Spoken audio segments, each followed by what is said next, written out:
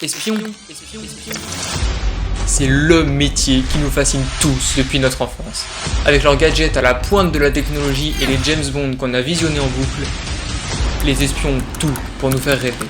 Ce métier a connu son âge d'or pendant la guerre froide, où la CIA et le KGB ont joué les premiers rôles. Pourtant, personne, ou presque, ne connaît l'histoire des espions considérés comme les meilleurs de l'histoire. Recrutés dans les années 1930 par le NKVD, les services secrets de renseignement russes, ces 5 espions ont à eux seuls révolutionné le monde de l'espionnage pendant leur carrière. Dans cette vidéo, vous allez découvrir leur vie passionnante d'agent double, donc installez-vous confortablement et bienvenue dans l'histoire des 5 de Cambridge.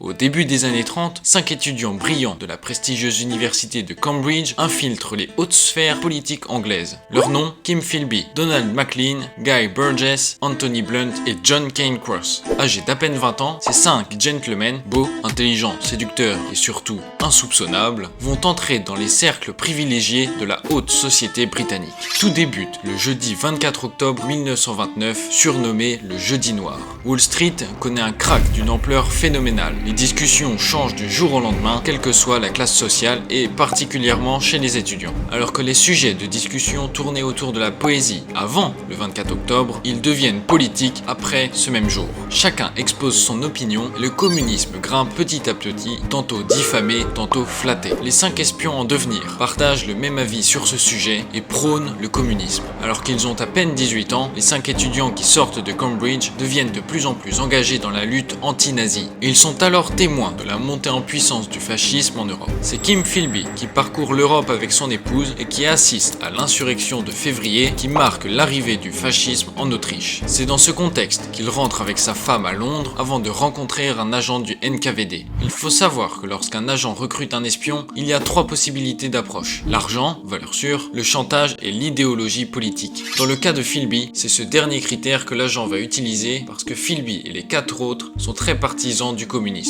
Le nom de l'agent est Arnold Dodge, nom de code Otto. De fil en aiguille, ce sont ses 4 autres compagnons qui entrent en contact avec Otto. Pourtant, il n'est alors question pour aucun d'eux d'espionnage mais bien de lutte anti-nazie. Cependant, pour éviter tout soupçon, les 5 se voient attribuer une première mission, celle de se forger une nouvelle image pour être insoupçonnable. Ils s'éloignent tout d'abord du parti communiste et chacun trouve un emploi différent. Kim Philby décroche un poste au prestigieux journal anglais The Times et devient correspondant de guerre en Espagne pendant l'ascension au pouvoir de Franco, un dictateur fasciste qui a pris le pouvoir en 1938. Au même moment, à Londres, ses compagnons tentent de se faire engager dans les services de renseignement. Burgess, après la BBC, société de radiodiffusion britannique, obtient un poste au MI6, à la section D, sabotage et guerre psychologique. Le MI6, c'est le service de renseignement extérieur du Royaume-Uni. Maclean, quant à lui, gravit les échelons au sein du Foreign Office et est promu 3e secrétaire de l'ambassade à Paris. Il a accès à tous les documents, y compris ceux qui transitent par la valise diplomatique. Anthony Blunt, de son côté, devient conseiller du ministre de la Culture.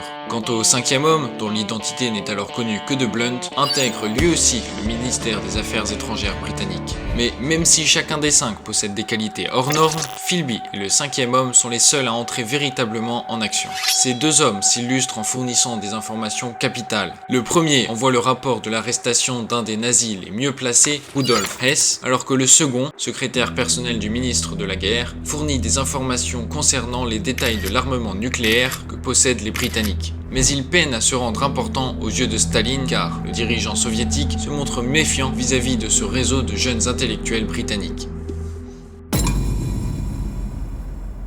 Les 5 commencent à se faire une place plus importante lorsque le mystérieux 5e homme informe le dirigeant russe de l'imminence de l'opération Barbarossa, plus connu comme étant le plan d'invasion éclair de la Russie par Hitler, qui a alors rompu le pacte de non-agression entre l'URSS et l'Allemagne nazie en 1941. Cette information, accompagnée d'autres pas moins importantes, vont permettre à l'armée rouge de triompher sur la Wehrmacht, notamment lors de la bataille de Koursk, un tournant du conflit qui a marqué le début de la contre-offensive russe en 1943. À Moscou, le dirigeant soviétique jubile quand le chef du NKVD lui apprend que c'est l'un de leurs espions en Grande-Bretagne qui a fourni cette liste de renseignements stratégiques. Les 5 espions, qui prennent des risques inconcevables et sans jamais recevoir la moindre somme d'argent, vont fournir des informations capitales à l'URSS du début à la fin de la Seconde Guerre.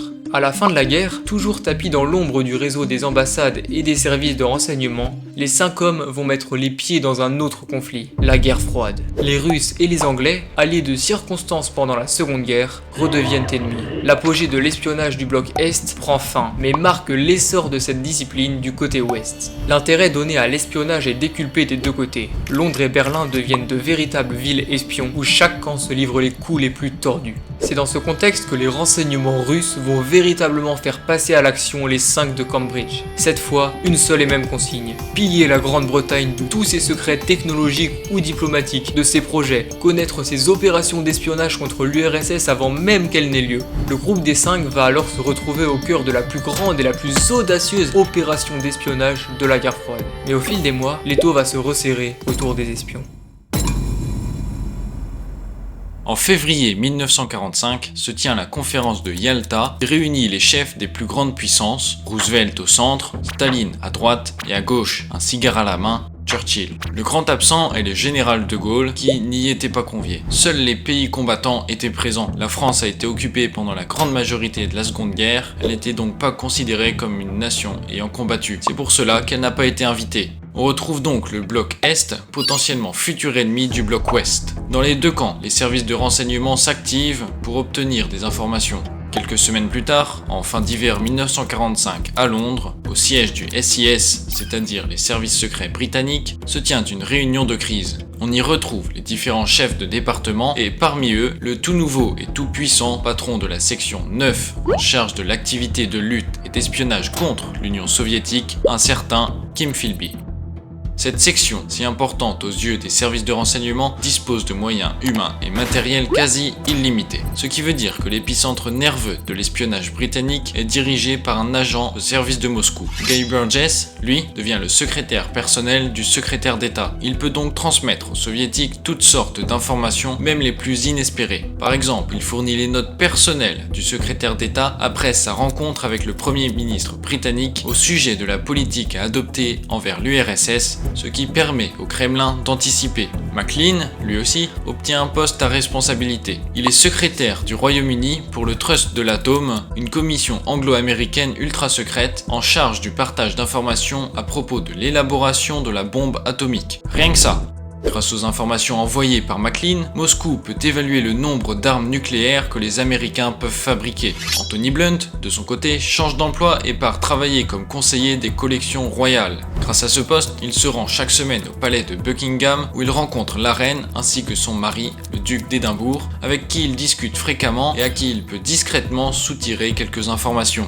Encore une fois, et comme pour ses compagnons, personne ne se doute un seul instant que Blunt, auréolé de son titre de professeur académique de Cambridge, puisse être au service de l'ennemi soviétique. Le mystérieux 5e homme obtient lui aussi un poste de prestige au ministère des Finances, dans lequel il est chargé de gérer les dépenses en matière de recherche pour le secteur de la défense. Il ne se gêne pas à demander des informations quant à ce secteur, informations qu'il transmet immédiatement au NKVD. C'est du caviar qu'on envoie à Moscou.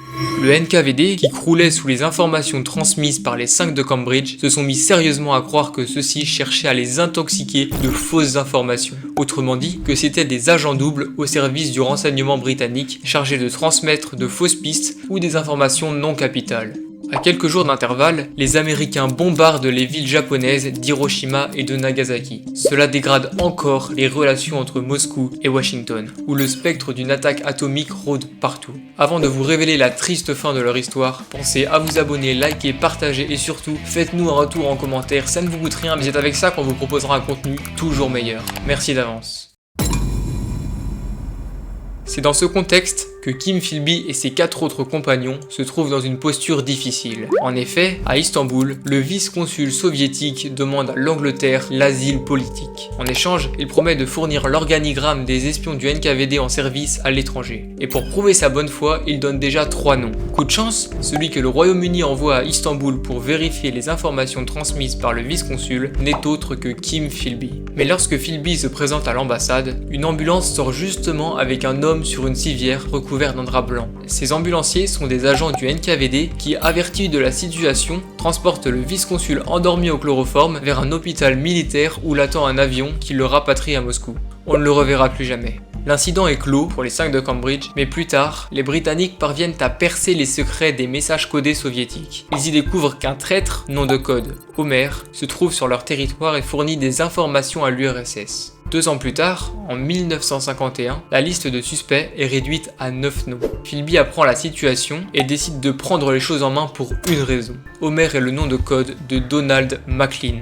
Jouant de son influence, il fait tout pour retarder l'audition de McLean et informe les services secrets soviétiques. Il envoie Burgess informer McLean du danger qui le suit et les 2 hommes informent le NKVD de leur situation. Ceux-ci organisent une exfiltration pour les 2 espions à leur solde. McLean et Burgess resteront introuvables pour les Anglais qui découvriront le secret de cette disparition bien plus tard. Les 2 hommes sont hors de danger, rapatriés à Moscou, mais la menace plane désormais sur leurs 3 compagnons d'espionnage. Rapidement, les services de contre-espionnage britanniques établissent le lien avec Philby qui est interrogé pendant plusieurs jours dans les sous-sols du SIS. Commence alors une étonnante partie de poker entre l'espion de 35 ans et les services secrets britanniques. Elle va durer 5 ans, au bout desquels il est éloigné de tout soupçon par le Premier ministre britannique à défaut d'avoir des preuves. Mis à l'écart des renseignements britanniques, Philby retrouve sa vie d'avant et devient correspondant pour les hebdomadaires The Economist et The Observer à Beyrouth, la capitale du Liban. Sur place, la CIA continue de le surveiller, mais à la surprise générale, c'est le MI6 qui va enfin trouver la preuve de la culpabilité de Philby. Mais en 1954, un nouveau changement vient tout chambouler.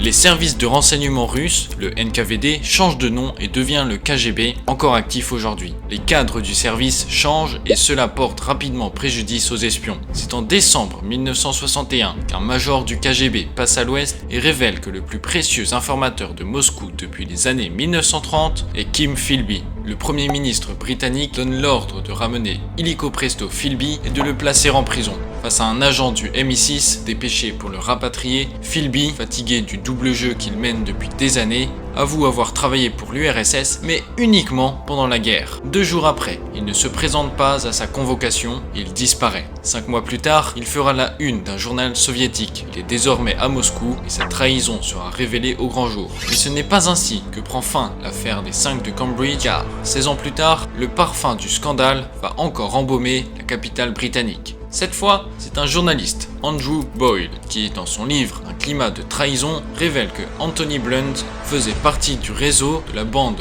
dite des espions de Cambridge. L'affaire Blunt secoue et traumatise encore une fois l'Angleterre. Elle rouvre les plaies de la trahison et de l'affaire de Kim Philby 16 ans plus tôt. L'opinion publique est prise de vertige et ne s'imagine pas qu'il y avait, en plus de McLean, Burgess, Philby et Blunt, un 5e homme, lui aussi membre du réseau de Cambridge, lui aussi espion téléguidé par Moscou.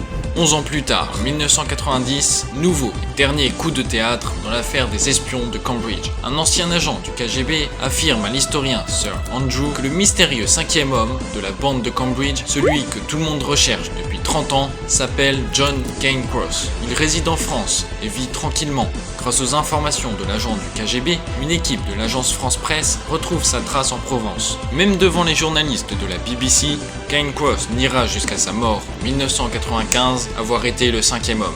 Mais avec la fin de la guerre froide, d'autres anciens espions du NKVD révéleront que Cairncross était bien l'un des leurs. Pour Philby, il vit une vie de héros en URSS, donnant des conférences à tout va et formant des officiers pour la Stasi, la police d'Allemagne de l'Est. Un héros pourtant sans vraie gloire, un héros qui devient alcoolique et dépressif et qui mourra seul chez lui d'une crise cardiaque. Pas terrible pour le James Bond soviétique.